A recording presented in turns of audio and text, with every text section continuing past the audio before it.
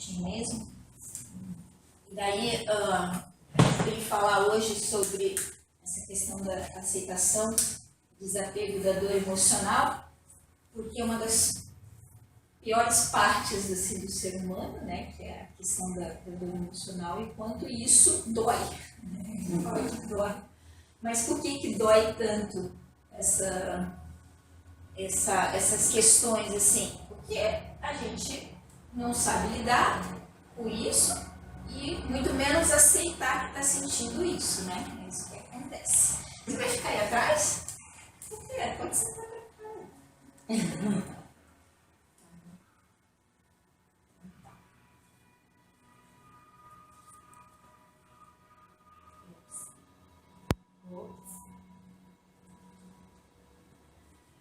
Bom, mas por que essas coisas doem tanto? Por que a gente não consegue se livrar? Essa frase que eu coloquei aqui, assim é, se lhe parece. Né? Então, se você acha, tem certeza que a coisa é sempre daquele jeito que vai ser. Né? E tudo isso está relacionado com o quê? Com a nossa percepção do mundo, com os mapas, com os filtros que a gente estabelece. Desde quando que a gente estabelece isso? Se a gente for pegar na perspectiva da vida a partir só do nascimento, então, digamos que ali do útero, da gravidez até hoje. Se a gente pegar na perspectiva de vidas passadas, junta tudo que lá atrás com mais o que está hoje. Aí a carga fica bem pesada, né? Fica bem grande. Então, usamos os nossos sentidos para explorar e mapear o mundo exterior. Uma infinidade de possíveis impressões sensoriais das quais somos capazes de perceber apenas uma pequena parte. Então, como a gente recebe tudo isso pelos nossos 5 sentidos, a gente só percebe essa pequena parte, mas ela ainda é filtrada através do quê? Das nossas experiências, da nossa cultura, das nossas crenças, dos nossos valores. Então, tudo aquilo que a gente recebe não é aquilo que a gente está vendo. Né? Porque tudo a gente tem essa questão desses mapas, desses filtros, que acaba a gente traduzindo de outra forma. Né? Vivemos em nossa própria realidade, construída a partir de nossas impressões sensoriais e individuais da vida e agimos com base no que percebemos do nosso modelo de mundo. Então, aquilo que eu falei lá no início, né? Assim é, se lhe parece. A gente percebe, recebe tudo isso e aquelas coisas estão ruins. Fala. Então, para não te interromper, então, realmente, o primeiro filtro do mundo, da vida, da nossa realidade subjetiva, são as nossas percepções sensoriais e extrasensoriais, não tem como negar isso. Depois é toda a nossa condição cultural, né? Sim. Aí passa pelo primeiro filtro, que é o principal, básico, fundamental, mais importante, e depois vai... Não são só 5 sentidos. A gente percebe o mundo assim. Os 5 sentidos ordinários. Isso. E depois vai para o filtro cultural, que ele é muito amplo e ele é contextual. Então, o que acontece?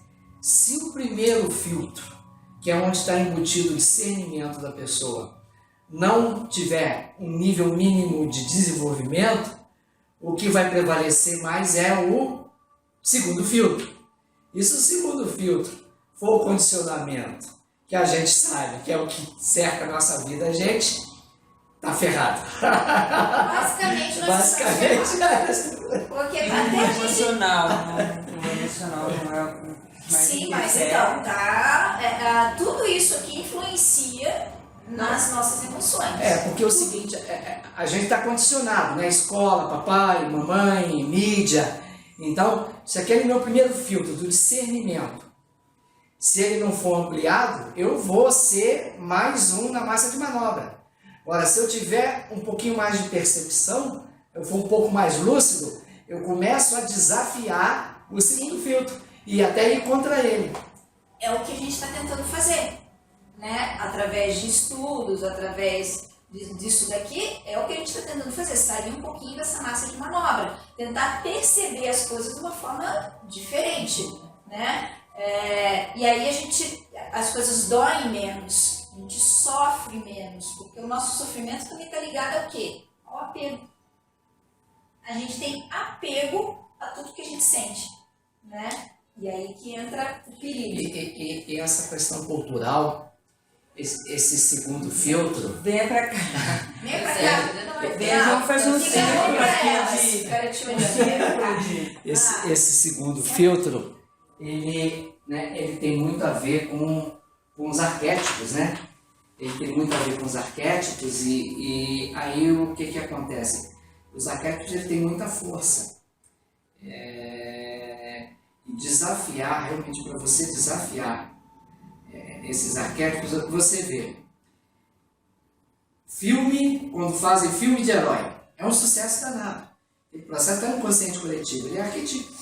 Tá? Então você faz super-homem, mulher maravilha, está cada vez mais na moda. Né? A gente procura a salvação, que a gente quer comprar a salvação desde a pré-história. Que a gente quer ser protegido, quer ser salvo. Primeiro a gente quer ser protegido do dinossauro. Agora a gente quer ser protegido do inferno, da maldição. Então, as massas, elas preferem comprar, pagar por um milagre, uma facilidade pronta, que a gente estava conversando aqui, que isso já é cultural, estabelecido, arquetípico, inconsciente coletivo, do que pegar uma técnica que exige mais força de vontade, mais lucidez e que seja de graça. Eles querem coisa pronta. Ele quer coisa pronta, então ela prefere pagar para um milagreiro New Age, O de fora. o de fora, que não dependa de mim, me cure, por favor, me salve, né? Eu pago 1.000, 10.000 reais, mas eu não vou de graça naquela técnica que estão me oferecendo, que eu que sou responsável, que eu tenho que assumir. Então, essa parte da autorresponsabilidade que é a característica do consciencial, do trabalho de Dalton e André, né? Que é o que está implícito, embutido, é a minoria de pessoas no planeta Terra que está nesse processo de autorresponsabilidade, de assumir mesmo, né? Porque, eu vou usar as palavras do Valdo Vieira, facada no peito, soco na cara. Quem que aguenta olhar para si mesmo? É o maior monstro que você pode ver, o maior terror é você olhar a si mesmo no espelho consciencial. É uma coisa pavorosa. Né? A gente estava comentando outro dia lá no nosso grupo, a gente foi um ano de autodescoberta, autoconhecimento para mim, mas foi um ano que eu nunca sofri tanto em toda a minha vida. Mas o processo está travado. Você quer se desenvolver consciencialmente, espiritualmente? Ou quer ficar só pondo cartazinho de bom dia no Facebook, Francisco de Assis, cachorrinho bonitinho. Não, no Facebook isso é engraçado, né? A gente vê um monte de gente postando coisa no Face, mandando em grupo, tudo o que a pessoa própria deveria fazer, não sei não se faz. é uma cegueira, não consegue não se sabe, enxergar. né? Aí você fala lá no Facebook, ó, temos um encontro gratuito que é para você se devassar para si mesmo. Mas a pessoa acha que ela não se acha daquele jeito, ela não se vê, ela diz para os outros fazerem, mas não faz, ela está parada, inverso. ela está parada naquele primeiro filtro da massa impensante. E também de uma autoimagem completamente distorcida, não sei o que acontece. Se idealiza um eu, Acho que não precisa. idealiza aquele eu e acha que é aquele eu. Toda E autoimagem. o que precisar é melhor eu pedir para alguém fazer para mim. Eu pago, eu prefiro pagar. Eu tenho meu trabalho intrafísico de rotina todo dia, que eu sei fazer bem, tranquilo. Então eu pago para algum santo, algum mestre me curar, me salvar do milagreiro. E é o problema. A autoimagem que nós temos de nós mesmos, ela é sempre melhor do que a realidade. Psicologia é a autoimagem ideal. Então, não é a que você é. Né? Aí, quando você começa a se conhecer, essa pseudo-autoimagem construída com base no processo cultural arquetípico e no seu processo individual, Aí ela vai desmoronando. E aí é que dói. Aí meu filho ferrou. É porque gasta muita energia para você manter, né? Dói, dói muito, ser ideal, sempre bacana, legal, bonzinho, todo, né? Paciente, que aguenta tudo. A questão das emoções que você estava falando, é isso aqui, né? O que eu sinto, onde eu sinto, porque a emoção ela é sentida fisicamente. Existe fracasso, como eu percebo o mundo. Então isso daí também a gente vai comentar aqui. Bom, prestamos atenção aos aspectos do mundo que nos interessam e ignoramos outros. Que é isso, essa filtragem, né, que muitas pessoas fazem. Então deixa eu pegar só aquilo que me interessa e eu vou viver naquele mundo que me interessa. E acabou. O que a gente já comentou aqui, qualquer coisa que você fale num grupo onde as pessoas não estão inseridas nesse processo, você está louco. Se você fala uma coisa disso daqui, fala uma coisa a mais, né, um grupo de pessoas em que não está vivenciando um processo desse, então está louco, está alucinado. Crenças, percepções e interesses limitados empobrecem o mundo, tornando-o previsível e insípido. Este mesmo mundo pode ser muito rico e estimulante. Então, as diferenças, ela não está no que está fora, ela está no filtro que a gente coloca. Né? Duas pessoas percebem o mundo de forma diferente. Está chovendo, uma vai estar com medo da chuva e o outro vai estar achando uma maravilha. Né? Então são os filtros que a gente coloca. Como eu falei no início, que vem, né, desde a questão cultural e tal, e na perspectiva de reencarnação, né, de outras vidas. A percepção do indivíduo é decisiva na qualidade de sua interação com o ambiente. E por essa razão, investigações sobre os processos perceptivos são de extremo interesse à compreensão de como uma dor, como um trauma é configurado. É muito usado, né, em psicoterapia essas questões também, de saber como é que a pessoa está enxergando o mundo, como é que ela vê, qual que é o mundo que ela vive. Né? Isso tem que ser explorado na psicoterapia para que o psicoterapeuta entenda em que mundo que você está, o que você está vivendo, né? Quais são os seus processos. Traçamos mapas de comportamentos com base em experiência.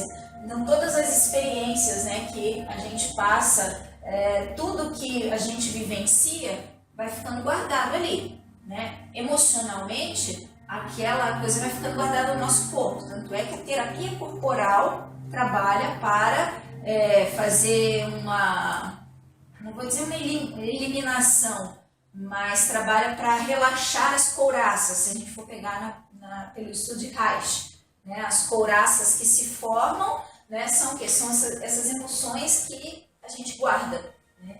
Então, essas terapias que trabalham para não é dissolver a palavra correta, porque não se dissolve a couraça, a gente se relaxa, se ameniza, né, essas couraças. E muitas dores que as pessoas sentem, elas estão vinculadas à questão emocional, porque forma uma coisa física ali, e no nosso cérebro forma um caminho neuronal. Né? O sofrimento, o trauma, ele tem um caminho ali.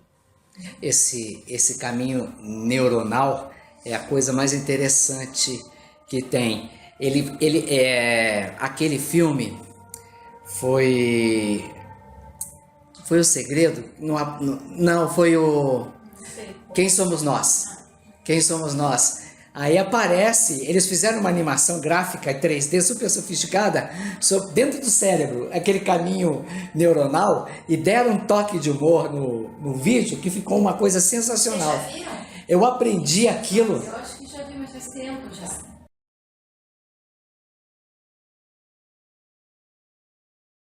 O que a maioria das pessoas não percebe é que quando entenderem que são viciados em emoções... Quer mais um? Não é apenas psicológico, é bioquímico. Pense nisso.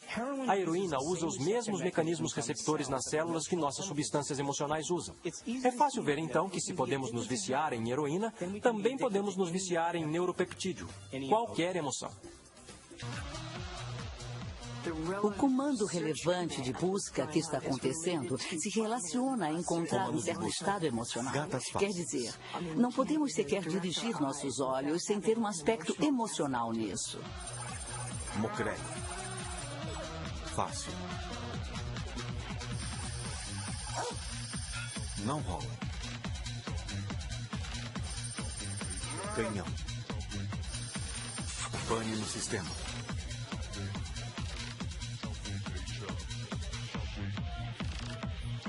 Ah, céus.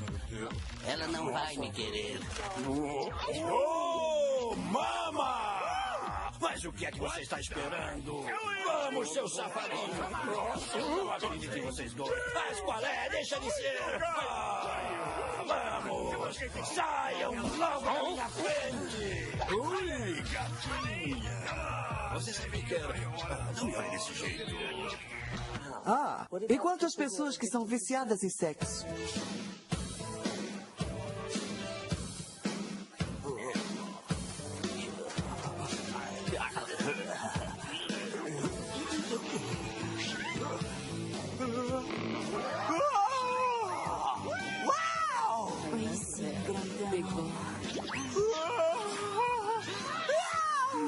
Você tem um foguete aí no seu bolso ou só está feliz em me ver, hein?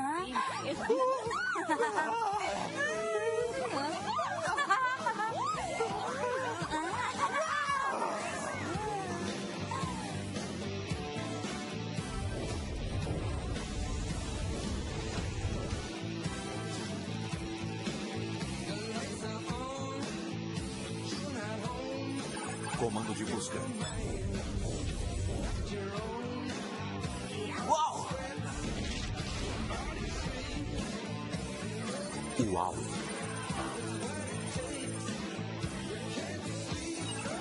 Não rola.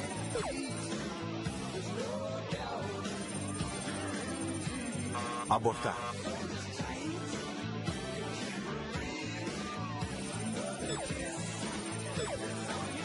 Super gato.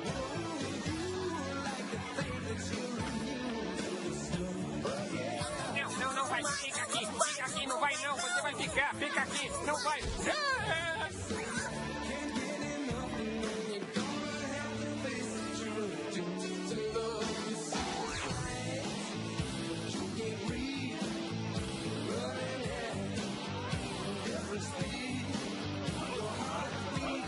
Me dá corda! Aqui!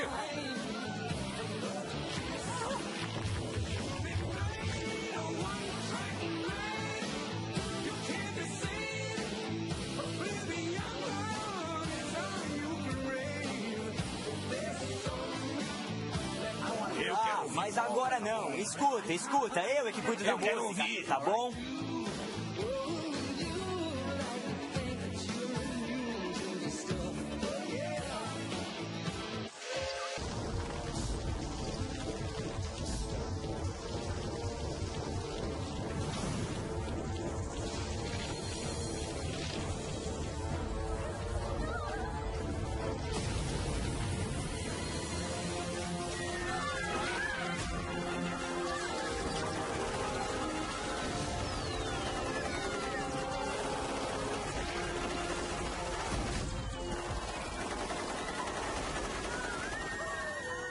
Se bombardearmos a célula com a mesma atitude e a mesma química, várias e várias vezes todos os dias, quando ela finalmente tomar a decisão de se dividir, quando produzir uma célula irmã ou uma célula filha, esta próxima célula terá mais locais receptores para aqueles neuropeptídeos emocionais em particular, e menos locais receptores para vitaminas, minerais, nutrientes e troca de fluidos, ou até para a liberação de detritos ou toxinas. Todo envelhecimento é resultado da produção inadequada de proteína. O que ocorre quando envelhecemos? A pele seca, ela perde elasticidade. Bom, elastina é uma proteína. O que ocorre com as enzimas? Não digerimos mais tão bem. O que ocorre com o nosso fluido sinovial? São proteínas que se tornam frágeis e duras. O que ocorre com os ossos? Ficam finos. Então, o envelhecimento é resultado da produção inadequada de proteína. Aí surge a seguinte questão: o que comemos realmente importa? Será que a nutrição realmente tem um efeito se a célula nem possui os locais receptores após 20 anos de abuso emocional para sequer receber ou deixar entrar os nutrientes necessários para a sua saúde? Aprendi aquilo ali, que eu gravei, aquilo foi tão engraçado, eu gravei de uma tal maneira, nunca mais esqueci. E como é que a emoção molda a nossa fisiologia, né? Nossa bioquímica, né? Quer ver? Uma pessoa que está triste, né? Um dia triste, deprimido. Qual que é a tendência corporal dela? Levar a cabeça abaixo. Então, fisiologicamente, você também pode ajudar nesse processo. Se você tomar uma postura, né? Uma cabeça... Isso já mexe. É neurofisiologia isso. Né? Então, o nosso corpo, a emoção, o sentimento, está tudo muito vinculado. Né?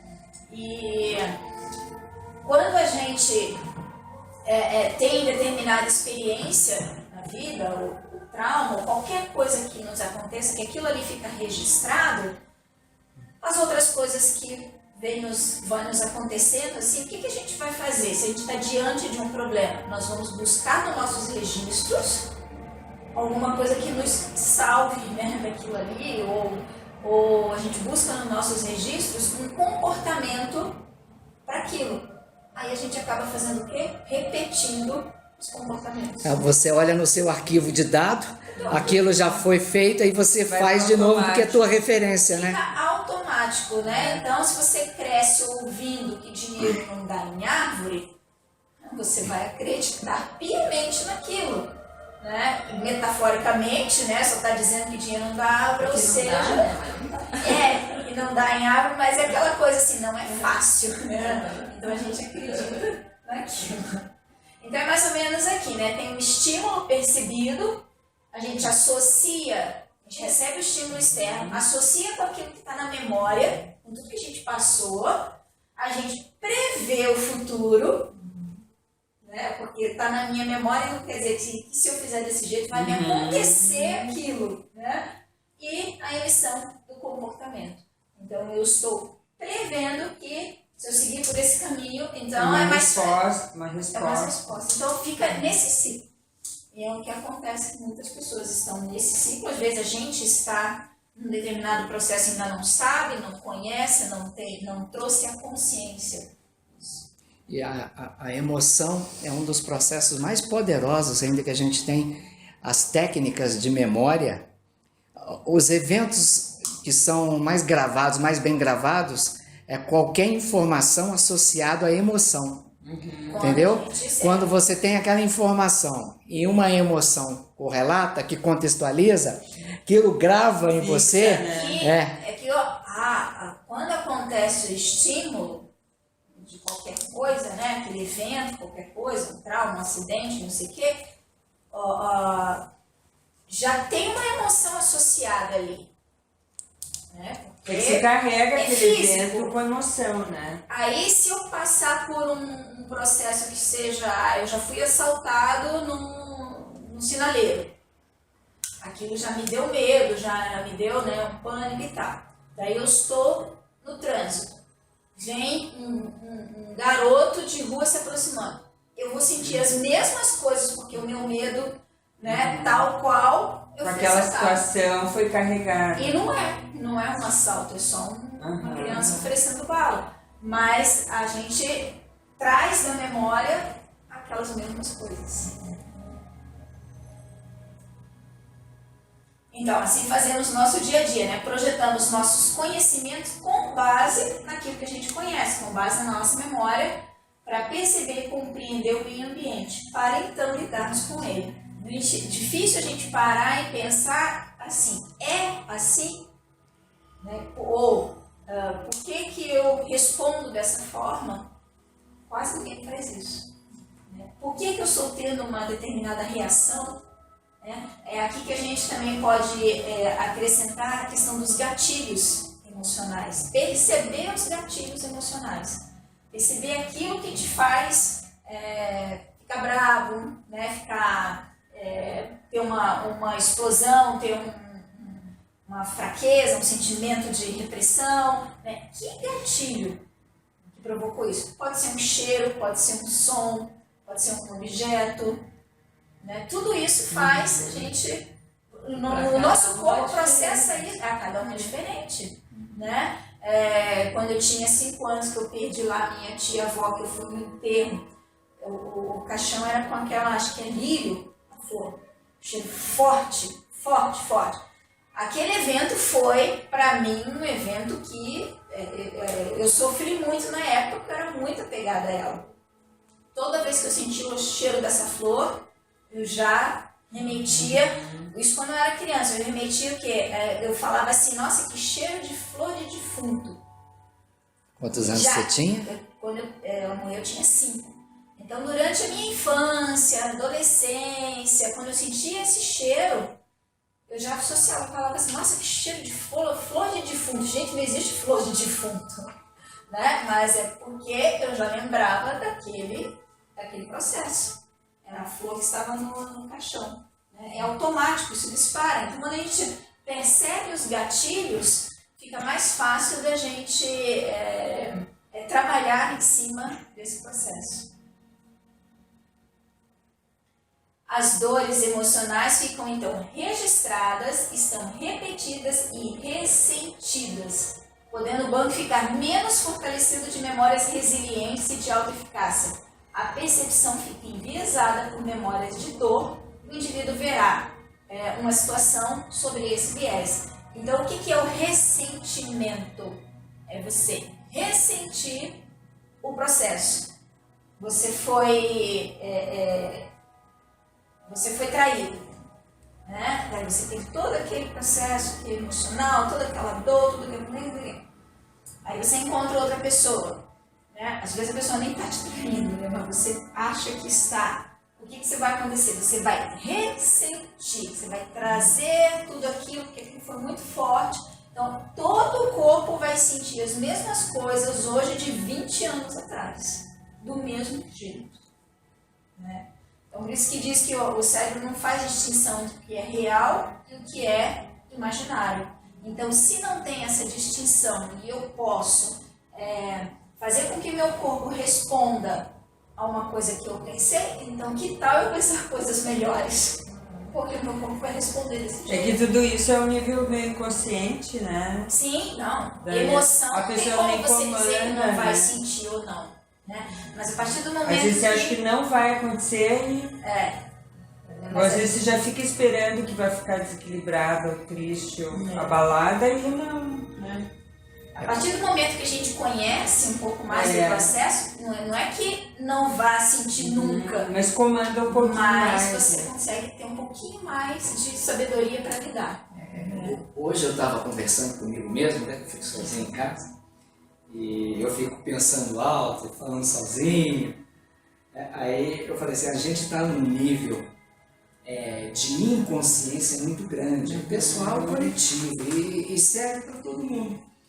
Então eu comecei a elucubrar. Eu falei, pô, que tanto de vidas, de encarnações que eu tive em diversos corpos, com vários tipos de emoções densas, negativas, com vários tipos de emoções densas, positivas ou sutis e positivas também, e eu não me lembro de nada, né? E do período intermissivo que eu tive agora, na colônia, e antes disso, no umbral que eu tive, após a última e as últimas desencarnações, olha, a gente está no nível inconsciente, a maior parte é inconsciente. Então, à medida que a gente vai elucidando isso, a gente vai caminhando de frente para o seu inconsciente. Aí você vai devassando ele, você vai abrindo, aí você vai, aqui ó, aí tem um flash aqui, uma informação aqui, ó. Outra informação. Para isso você tem que estar atento a tudo, a seu pensamento, a tua emoção, você está vivendo conscientemente e focado. Trabalhando no autoconhecimento e focado no primeiro filtro, aquele da percepção.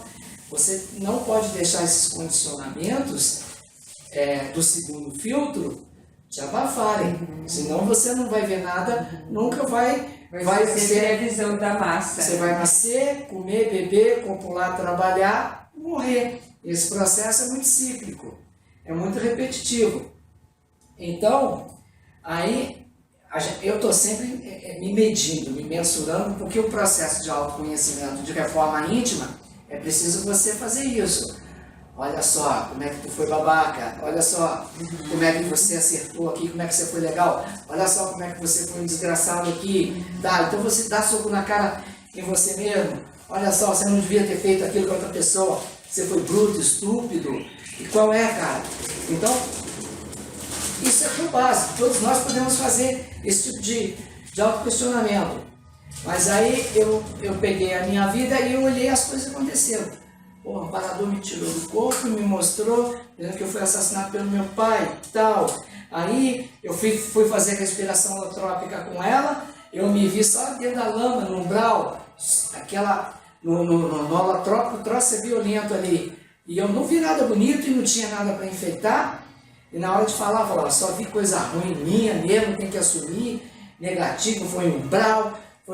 Então, eu acho que na hora que você está pronto, você não precisa de procurar, a coisa eclode, a sincronicidade do universo te traz a coisa na sua mão. Para mim e para a Andréia, as pessoas oferecem curso de graça, né? Aqui a Virgínia ofereceu esse espaço top de linha para a gente aqui de graça. Obrigado, Virgínia, ela está ali, né? Para nós, porque são sincronicidades que o universo já percebe que a gente tem um mérito para receber. Tá? Tem coisa que a gente ainda não tem mérito, tem que conquistar. Né? Mas, então a coisa não é tão mágica assim, ela é tão natural, tão fluente, que as pessoas têm que primeiro, o quê? Vasculhar dentro de si, né? Perscrutar dentro de si. E aí entra todo esse processo de emoção. Ela tem que enfrentar as emoções negativas dela.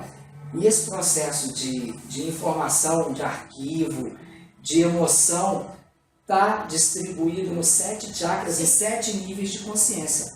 Para baixo é o quê? Mais denso, para cima é mais sutil. Então você imagina que você tem 7 radares, 7 antenas parabólicas. Cada uma é como se fosse uma antena parabólica que capta uma gama de vibração. Ela pode, dentro daquela gama, ela pode captar positiva ou negativa, na altura dela. Tá? Isso começa na sola dos pés, nos chakras da sola dos pés, nos pré-kundalini, e vai até o coronário. Então a gente primeiro tem que ir transmutando para emoções positivas, para os sentimentos, e depois tentando estimular os centros superiores, elaborar isso daí. É um processo complexo, né, André? Complexo, mas a gente chega lá. Então a questão dessas dores emocionais que ficam registradas na memória deixa o nosso banco ali enfraquecido mesmo, né? Então você vê que tem pessoas que elas crescem num ambiente em que não tem essa como é que eu vou dizer assim, é um ambiente mais pesado, assim, mais negativo. Então o que ela vai trazer para a vida adulta é aquilo ali, são aquelas referências ali. E às vezes a pessoa é competente, é uma pessoa boa e tal, mas ela não consegue se achar o contrário, porque o banco dela está tão registrado de coisas tão massacrantes que ela não consegue reconhecer em si própria, né? Essa competência, habilidade, alguma coisa assim, né? E há pessoas que também, quando recebem um feedback dizendo, não, você é assim, a pessoa não acredita. Não acredita. Bom, então isso tudo também está relacionado com estruturas comportamentais, né? Que são as maneiras de pensar sobre como agimos. Então, primeira coisa, a primeira dessas estruturas é uma atitude voltada para os resultados, ao invés de problemas. Então, quando a gente está passando por determinada situação, qual que é o nosso foco? A gente diz, estou com um problema. Já criou o problema. Né? Se tem problema, tem solução. Né? Poxa, eu nunca pensei em falar, poxa, Andréia, eu tô com uma solução. Assim, na verdade era um problema, né? Eu podia chegar, Andréia, eu tô com uma solução. Né? Mas aí ela, mas você tá com a cara ruim, não, é que eu tô com um problema antes, né? Então vamos lá. Daí tem assim, a segunda estrutura é mudar o enfoque das perguntas, utilizando como em vez de por quê. Por que eu sofro? Por que isso acontece comigo? Por que ele me trata assim? É só os porquês para querer receber a resposta pronta. Algumas coisas, claro, você pode falar o como, mas outras eu acho que dá para mudar também para o seguinte enfoque. O que eu vou fazer?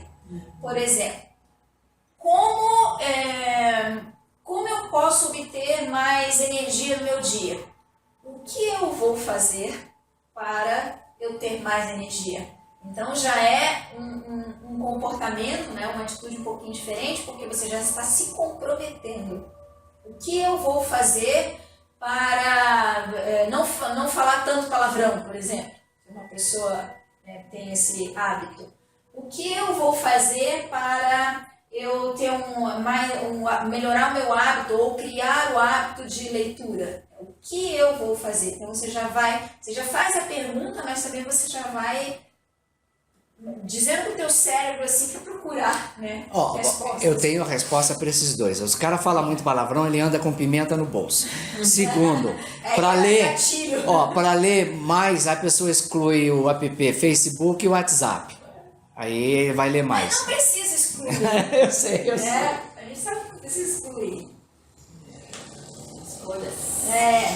A terceira estrutura é a oposição entre feedback e fracasso. Porque não existe fracasso, existe só resultado. Experiência. A mesma experiência com duas pessoas. Uma foi bem porque ela se esforçou, porque ela... A outra não foi bem porque não. Nota de prova. É resultado. É resultado de esforço, é resultado de dedicação, passar no vestibular, passar no Enem. Né? É resultado. Só que as pessoas encaram que eu fracassei. Não, e mais um detalhe. Vamos supor, as duas tiraram 0 na prova, mas uma fracassou e a outra não. Entendeu? Tem toda a maneira... É a nuance psíquica de lidar com um problema. Com um problema, né? Alguns levam também o fracasso como um desafio maior. Também. E outros não, já joga a toalha, não quero mais, não vou mais fazer, desisto. Né? Acha que aquele resultado é para toda a vida, né? E na verdade é só a situação. A quarta estrutura consiste em levar em consideração as possibilidades em vez das necessidades. Quais as opções que eu tenho? O que eu posso fazer? Né? É aquilo, tirar o foco um pouco do obstáculo. Né? Então, tentar enxergar as possibilidades. Não existe uma única maneira de fazer uma coisa. Existem várias maneiras. É que a gente foca só naquele pedacinho. O Windows que diga. Exatamente. Questão de informática, né? Bom, então vamos falar um pouquinho aqui sobre emoção e sentimento, né? Porque a gente acha às vezes que é igual, mas não, ainda tem diferença. A palavra emoção vem do latim emovere. O E significa energia e movere significa movimento. Ou seja, toda emoção que normalmente percebemos e usamos de forma negativa existe para nos ajudar a movimentar nossa vida, a mudar o que não está bom ou em desequilíbrio. E se não movemos todas essas energias para fora, elas acabam gerando doenças, né? Ou dores dentro de nós. Então, a emoção vem, se você está diante de um leão, qual que é a primeira emoção que a gente tem? O medo. Que vai nos dizer ou corra ou em frente, né? Quais são as emoções, vocês sabem quais são as 5 emoções básicas? Não sei, eu sempre ouvi falar que só existe amor e medo. Não, quem dera, hein? As básicas, né? As boas derivam do amor e as más do medo. Mas aí que tá, não existe emoção boa, emoção ruim. É? Existe a emoção que é danosa para você, te causa doença, te causa sofrimento. Não é que a emoção causa. Como nós lidamos com a questão. Mas ela acontece dentro da gente, né? Sim, tá, porque é fisiológico. É fisiológico. Primeiro aqui eu já dei a dica. E o segundo? Raiva. Terceiro? Amor. Poderia ser amor, mas eu vou colocar uma outra aqui, deixa eu muito. Alegria. Medo. Tá, a gente tá falando do básico, mas tem outras que nojo também chega a ser uma emoção, porque você sente aquilo, né? A tristeza é boa ou é ruim?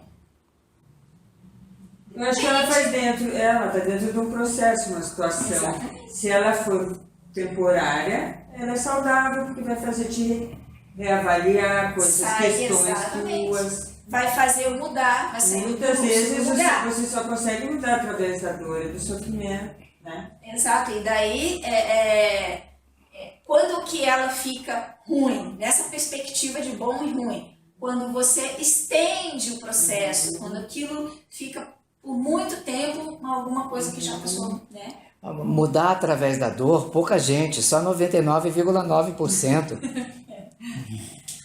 A raiva, ela é boa, ela é ruim? Também depende, né? Porque eu posso usar a raiva para eu impulsionar. Meu chefe me deu uma bronca porque eu fiz um negócio errado, fiquei com muita raiva. Então eu posso pegar aquilo, assim, eu vou fazer o melhor que eu posso agora. Ou então eu deixo a raiva me corroer e aí isso vai ser um processo. E para todos eles, a alegria demais também, aquela euforia da qual eu não percebo mais nada à minha volta, também não é muito legal.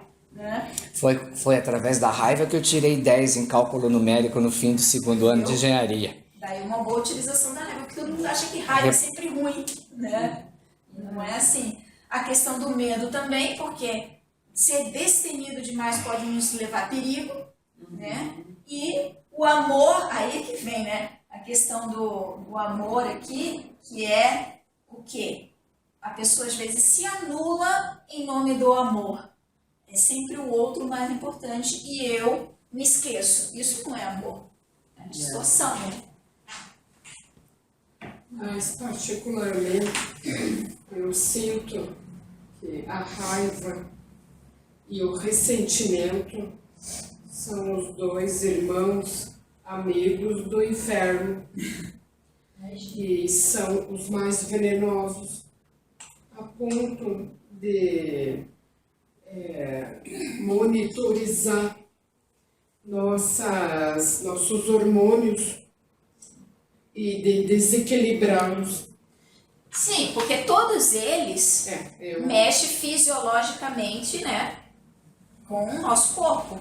A raiva, o medo demais, tudo demais vai mexer com a nossa fisiologia. Né? E o ressentimento, porque eles são muito venenosos, isso dentro da minha experiência pessoal. Né? Tive situações que me desequilibrou até o hormônio da tireoide. Certamente, o que acontece mesmo é a somatização. Né? Eu orientaria para quem quiser saber. Equilibre sua raiva e seu ressentimento. O que a gente estava falando do ressentimento. Ressentir. Tornar a sentir. Né? Você torna a sentir tudo que você sentiu lá no evento. Fica remoendo. Aquilo no nosso corpo é veneno. A gente está jogando veneno na corrente sanguínea. Né? Intoxica o chakra cardíaco. Também. Todos os chakras acabam levando um pouquinho, né? O umbilical, então, um top. Porque todos eles estão ligados, então sempre vai sobrar para todos, né? Uma emoção é um conjunto de respostas químicas e neurais baseadas nas memórias emocionais e surge quando o cérebro recebe um estímulo externo. O sentimento, por sua vez, é uma resposta à emoção e diz respeito a como a pessoa se sente diante daquela emoção. Então, às vezes a gente ressente a emoção, mas se a gente está num processo de amadurecimento, de autoconhecimento, né, o que a gente faz? Veio aquela, a gente sentiu de novo, ressentiu. Então, daí a gente pode parar já num processo de autoconhecimento e já tentar trazer à consciência aquele processo.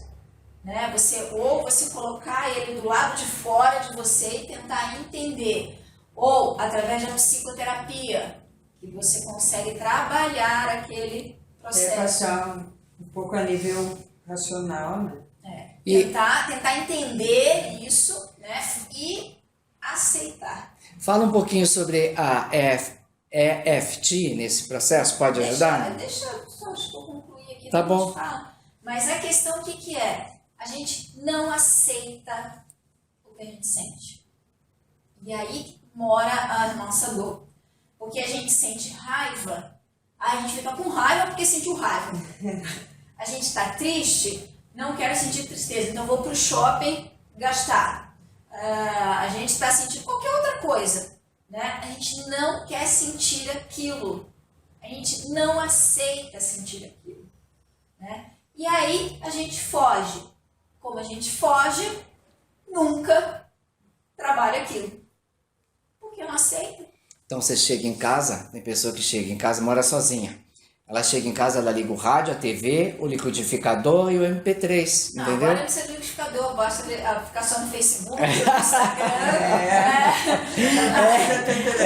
Antigamente era assim, né? Pô, tô atrasado, né? Tem que se atualizar aí, né?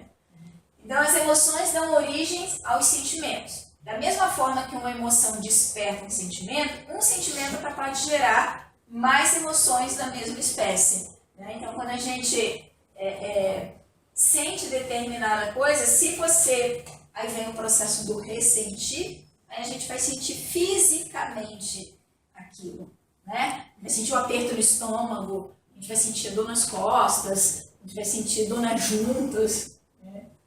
Ter consciência de como você reage e se sente diante de cada emoção é fundamental para se recuperar de uma emoção ou sentimento negativo. Eu pus negativo entre aspas, porque em essência não existe o negativo e o positivo. É aquilo que a gente não gosta de sentir, né? Aquela coisa ruim. Mas essa falta de aceitação é que nos traz muitos problemas.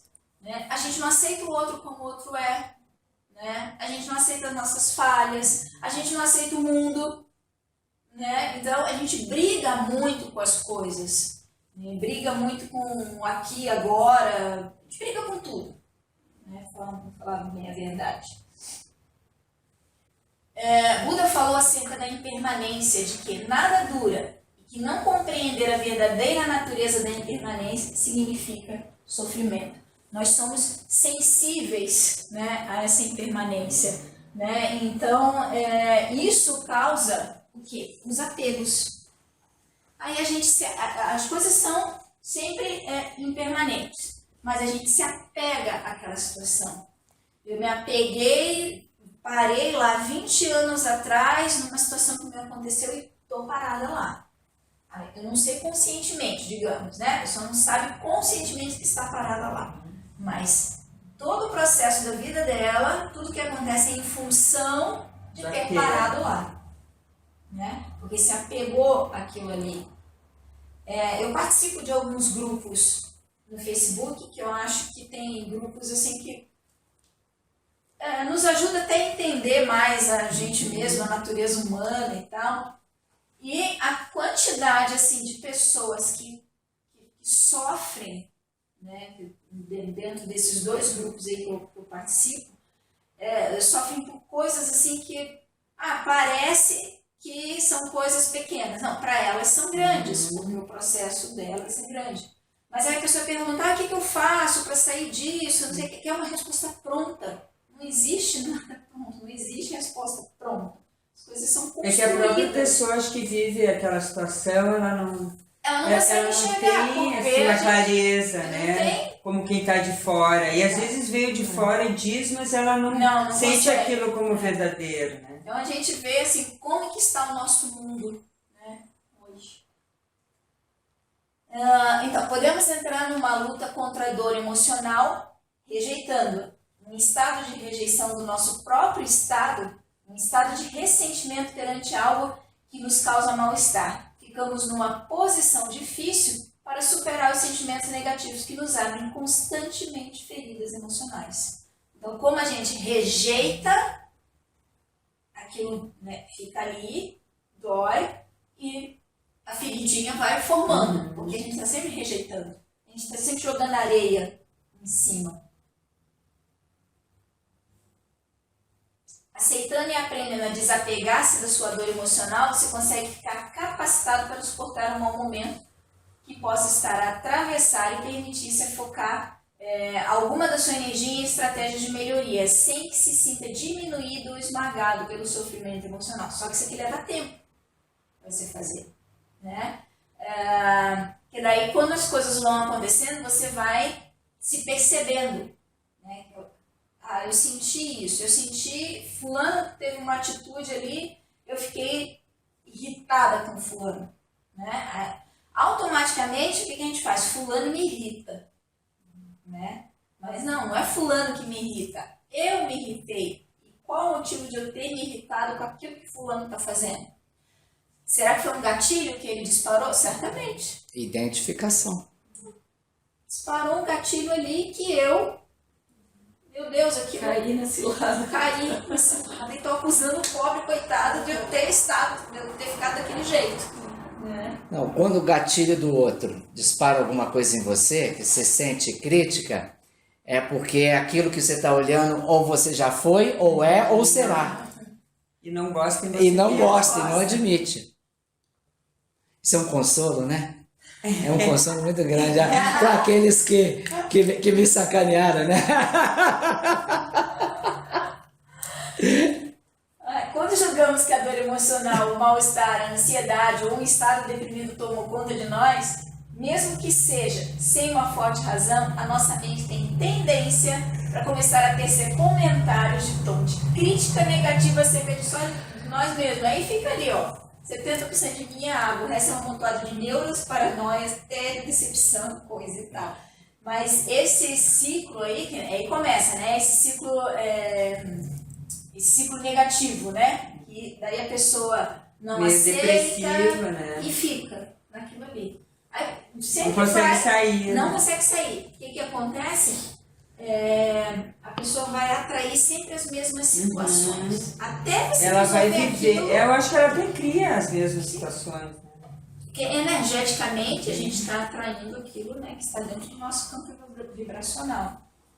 É que ela também sempre faz as mesmas escolhas, né? Ela não muda o repertório. Se não tiver uma percepção, né, do processo, vai sempre ser assim. As mesmas sempre escolhas. Achando que vai acertar dessa vez, mas sempre faz as mesmas escolhas erradas também.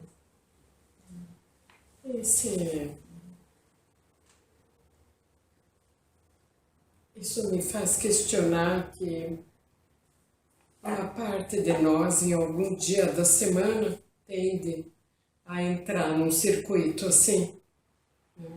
Mas também me faz pensar do ponto de vista espiritual, não só mental, psicológico, etc. Mas do ponto de vista espiritual, que é um prato cheio para os possessores. Sem dúvida, né? Porque se você entra numa paranoia desse tipo, se você se critica, se você está dizendo que você não é bom, a tua vibração já foi lá embaixo. Aí abriu sintonia. Queda. Sim. Né? Essa vibração. É importante perceber. Daí pronto, já é prato cheio. Por isso que a melhor defesa psíquica e energética que existe é a autoestima. Autoestima elevada. E a vibração é mais alta, né? Quando você está com a tua autoestima, mesmo que você não esteja 100% em todas as áreas, que é difícil, né? É difícil encontrar um ser humano assim, mas se você tá bem, tá um equilíbrio, beleza. A pessoa vai falar torto com você, você já não vai ficar pensando, nossa, o que eu fiz? Fulano falou isso, mas que droga, você não vai entrar nesse processo, porque você vai saber que esse problema é do outro, ele está passando por algum processo difícil, alguma coisa, está num dia ruim e está falando torto. Não sou eu o problema. Entendeu? Parece fácil a gente falando, mas é uma construção. Chega uma hora que você consegue perceber as coisas desse jeito. E a gente lidando com pessoas no dia a dia, é legal isso, porque você vai ver assim que fulano às vezes não tá bem, né? E daí tá falando meio assim, fulano tá pavio curto naquele dia, então você já, né, vai ficar na sua. É que é muito mais fácil perceber também no outro do que em si, né? Se você não tem um processo desse questão de autoconhecimento, né, você não vai perceber. Mas mesmo dentro do teu autoconhecimento, você também está se conhecendo dentro da tua perspectiva de mundo. Sim, né? Com certeza. Que é diferente da do outro. Sempre o outro vai enxergar a gente de uma forma diferente. Mas às vezes até enxergar muitas coisas que você não enxerga, mesmo se conhecendo. Qual que é uma das formas da gente saber desses processos da gente? É sempre perguntar para o outro. Pergunta pro teu amigo, alguém que você confia. Não, a melhor coisa é você saber o que o teu inimigo, aquele cara que não gosta de você, pensa de você. Essa é a melhor informação que você pega para trabalhar teu autoconhecimento, para enfrentar. Claro, se acontece uma coisa eventualmente, pode ser uma coisa do outro, problema do outro, mas se aquilo é um pouco recidivo na sua vida, aí você tem que pegar e trazer para você e assumir o abacaxi mesmo. 20 pessoas falam que você é arrogante. Putz, tem uma coisa... A gente sabe que tem o processo da projeção, tem ali, né? mas a gente tem que analisar isso daí. Será que eu sou assim mesmo? Né? Que imagem você está passando que você não percebe, né? Exatamente. Resistência, gente. Então, a questão que também nos dificulta. Resistência. A gente resiste à mudança. Né? Inevitavelmente, aquilo em que focamos a nossa atenção expande-se. Isso é viável para todos os nossos sentimentos e sofrimento emocional. Então, quando você não aceita os seus sentimentos negativos e sensações corporais, aciona o processo de foco sobre o seu estado de mal-estar, aumentando mais ainda a sua dor emocional, aumentando mais ainda a resistência a qualquer outra coisa. Às vezes tem uma pessoa que pode te ajudar, mas você está tão reticente ali naquela questão da dor que você não acha que não vai precisar daquilo, não quer, você quer, né? Quando a gente está num processo de tristeza, tal, o que a gente quer fazer? A gente quer se recolher. Não fale comigo. Até disse assim, que não é a mudança que dói, né? É a resistência à mudança que dói, né? A mudança que dói. Esse é o principal, uma das principais coisas que faz a gente sofrer. A gente resiste à mudança, a gente sofre com isso e se apega ao processo. Porque na cabeça de quem está com um processo muito grande assim, disso daí, acha que não tem como mudar. Tanto é que a pessoa fala assim, não tem jeito. É automático o processo. Não, você fala eu sou assim, não tem jeito, eu sou assim, eu nasci assim, o que é que eu posso fazer? Eu sei, bate a cabeça na parede. A questão que o Dalton falou da EFT. O que a EFT ajuda? Esse é um tema que a gente pode fazer um dia. Podemos até fazer no próximo. Vamos fazer no próximo? E é bem prático, e aí a gente... Sim, não, a gente traz. Não, a gente faz rodada técnica, prática aqui, é ótimo isso. Eu faço toda noite na cama.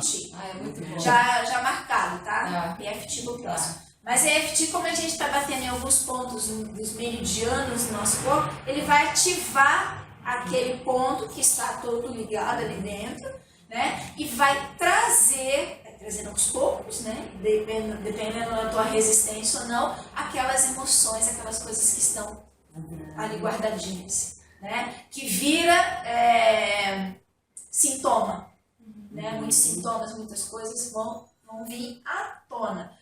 A princípio, a gente não vai... Quem começa a fazer EFT, às vezes está com bastante coisa bloqueada e tal, começa a vir tanta coisa que vem também junto, às vezes, náusea, sono... Bocejo, lacrimejamento...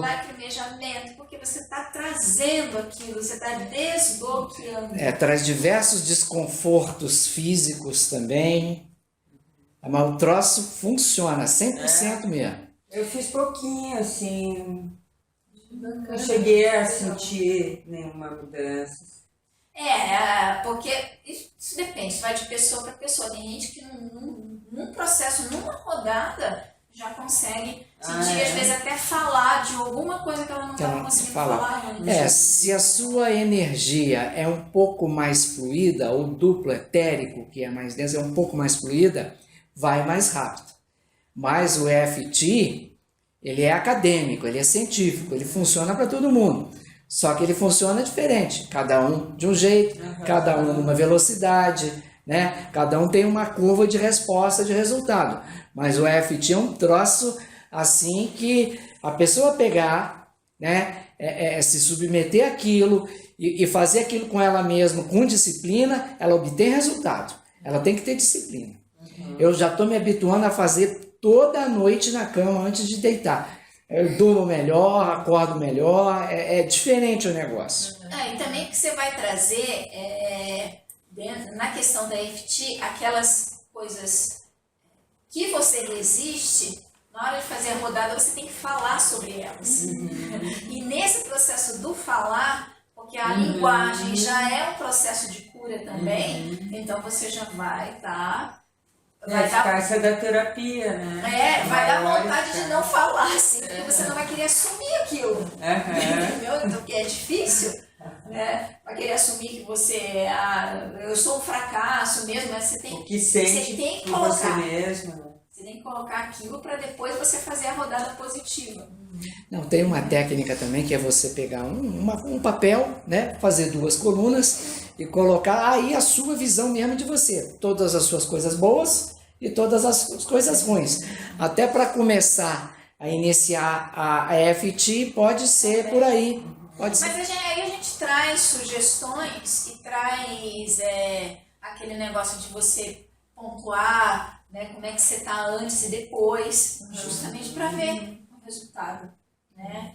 Tem um caso da EFT que o próprio André Lima comentou, foi ele? Não, ele fez com uma pessoa, o cara ele tinha um problema com um filho pequeno. Oi? Diga. Não, minha mãe. Tá aqui. Tá aqui. Entra, querida. Ele tinha problema com um filho pequeno, assim, de falta de diálogo. Pode passar. Falta de diálogo, uma série de coisas, né? E daí ele fez a sessão ali, ao vivo e tal. Ele não conseguia nem falar sobre o assunto. E daí depois da rodada, aquilo ficou mais leve. Nossa, ele conseguiu verbalizar, ele conseguiu colocar. Ele nem falar que tinha problema com o filho, ele conseguia, né? E daí já teve mudanças. Fora os já era um bloqueio no bloqueio. Bloqueio do bloqueio. Bom, aqui vai acabando já, acho que eu esqueci aqui o último. Bom, quando se sente deprimido ou angustiado, tente perceber em que parte do seu corpo sente alterações físicas. Isso não é só quando estiver deprimido ou angustiado. Qualquer coisa, sentiu a raiva, tenta perceber. Tem gente que já sente aqui também por causa do chakra. Você sente aqui. E tranca a garganta, eu não como nada.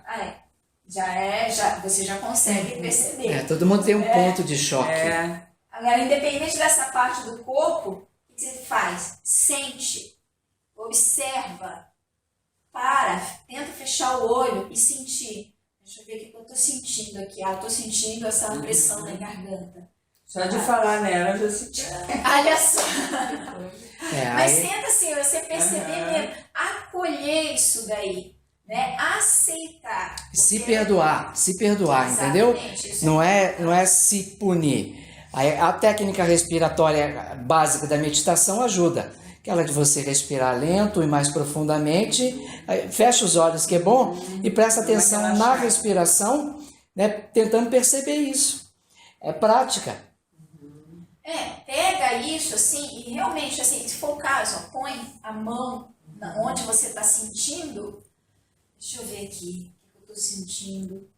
Aí vai, aceita, acolhe. Eu aceito essa pressão, eu aceito essa dor, eu aceito, mas eu me perdoo.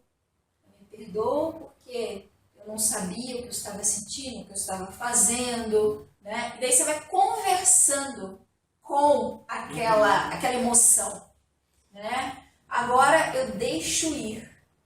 Você pode fazer até um movimento, eu deixo ir, como se você estivesse tirando aquilo de você. Eu não preciso mais disso. Conversa. Você pode falar assim, não, você me trouxe aprendizado, muito obrigado, a gente tem que agradecer as coisas. Vai fazer isso assim realmente com leveza. Essa é uma forma que você tem de desassociar, de tirar aquilo de você, né? Seja qualquer parte do corpo, mas a gente tem que aceitar. A não aceitação implica na dor. A não aceitação nos traz o quê?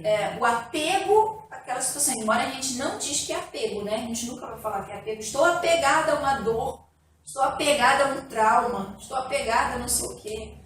A gente não fala isso. Eu acho que a coisa que a gente mais se apega em toda a história de vida é nessas emoções densas, né? Mas por quê? Elas são mais repetitivas, a gente não aprende a lidar com elas desde criança, a gente só reprime. Então, o nosso banco de memória está muito mais cheio dessas coisas do que de coisas boas. Então, quer dizer, é aquela... cobre. Todos nós somos analfabetos emocionais, a sociedade como um todo, o planeta, analfabeto mesmo, grave, 100%. 100%. Poucos são os que querem trazer a consciência e estar de cara com esse processo, né, É que é doloroso, né? As pessoas fogem que pode. Né? É aquilo que a gente conversou agora há pouco aqui na frente, né? É muito doloroso. Né? Então, essa é uma técnica que dá para fazer e a gente associando mais ainda, né, a questão dos chakras. Né? Se uma coisa vai afetar todos os chakras, então você aproveita o momento que está fazendo isso e já tenta fazer uma conversa com os seus chakras também, né?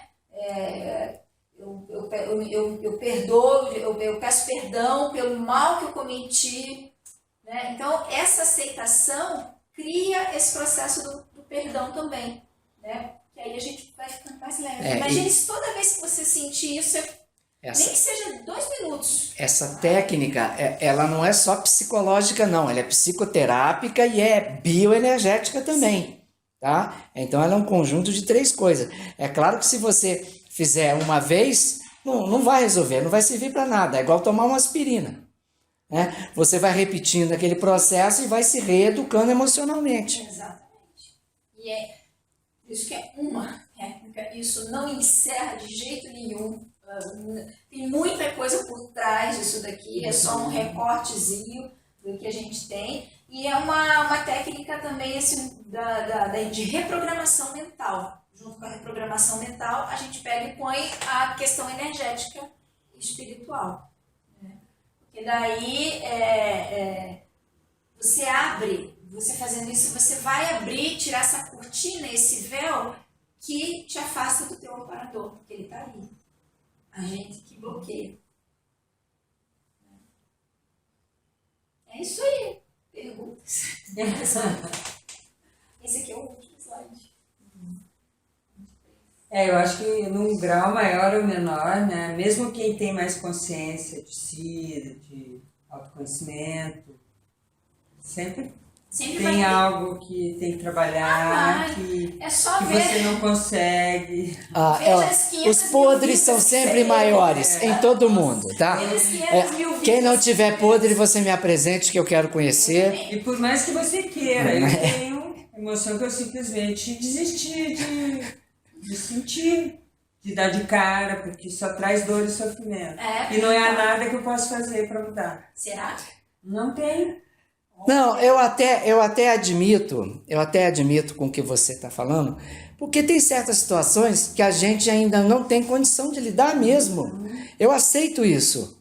Né? Sabe, Andréia, aqui não há nenhuma opinião formada aqui em mim, não. Eu acho que isso é perfeitamente humano, é admissível, é digno, tá? Eu não consigo lidar com isso nessa vida. Não dá, eu me destruo, eu desabo. Tudo bem, essa é a número 1. Essa é a número 1 da minha pirâmide de emoções densas, negras. Tudo bem, eu não consigo. Então eu vou partir para a segunda. Alguma coisa você tem que trabalhar. Alguma coisa eu tenho que trabalhar. Eu quero fazer. Deixa mais difícil pra gente. Eu quero fazer. Se for o caso. Eu, quando comecei a EFT, eu enfileirei. Eu pus as mais podres no início, eu comecei pelas mais podres, né? Cada um tem um jeito, tá? Mas a mais podre é sempre relativa, porque a visão era minha, né? De repente, eu também estou enganado e eu admito qualquer... E eu admito qualquer possibilidade. E também se você vai trabalhando, que sejam as mais fáceis primeiro, por exemplo, deixar essa aí por último. Conforme você vai trabalhando essas mais fáceis, isso vai te dando ferramentas, condições, abertura, poder, recurso, vai te fortalecendo para você chegar naquela que você quer. E tá tudo certo. Tá tudo bem. Ok? Aí na próxima encontro a gente trabalha EFT o tempo inteiro aqui.